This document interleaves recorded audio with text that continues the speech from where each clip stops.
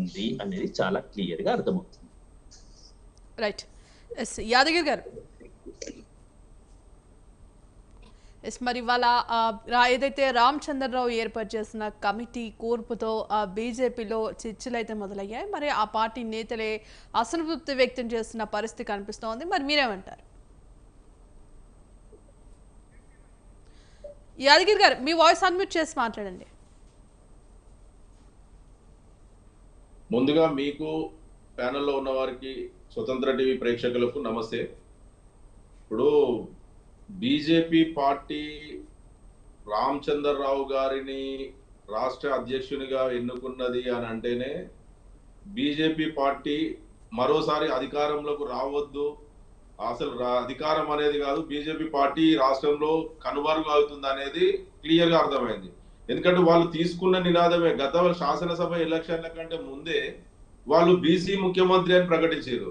ఆ బీసీ ముఖ్యమంత్రి అయిపోయింది, వాళ్ళకి అసలు ఒక 8 సీట్లు వచ్చినాయి. మరి పార్లమెంట్ ఎలక్షన్ లో 8 ఎంపీ సీట్లు వచ్చినాయి. మరి ఆ బీసీ అధ్యక్షుడిని ఎన్నుకుంటామని చెప్పారు. బీసీ అధ్యక్షుడిని విడిచిపెట్టేసి మళ్ళీ సీనియర్ అని చెప్పేసి రామచంద్రరావు గారిని ఓసీగా అధ్యక్షుడిని ఎన్నుకున్నారు. అదే విధంగా ఈ రోజు రామచంద్రరావు గారిని ఆ కమిటీ వాళ్ళ శాసనసభ్యులే చెప్తున్నారు కదా, రాజాసింగ్ గారు, ఇది రామచంద్రరావు గారు అనేటనే డమ్మీగా మాత్రమే పెట్టిర్రు. ఇది ఓన్లీ సికింద్రాబాద్ పార్లమెంట్ నియోజకవర్గం కమిటీనా, అర్బన్ కమిటీనా, తెలంగాణ రాష్ట్ర కమిటీనా?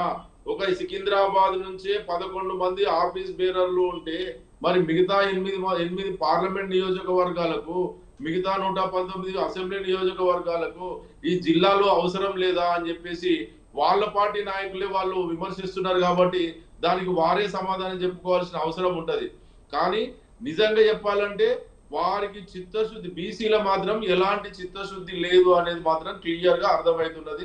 తెలంగాణ రాష్ట్ర ప్రజలు కానీ, బీసీలో తెలంగాణలో ఉన్నటువంటి బీసీలు కానీ, దళితులు కానీ అందరూ చిత్తశుద్ధితో గమనిస్తారు. ఎందుకంటే చిత్తశుద్ధి లేదు, ఎక్కడ కూడా బీజేపీ పార్టీకి బడుగు బలహీన వర్గాల మీద చిత్తశుద్ధి లేదు.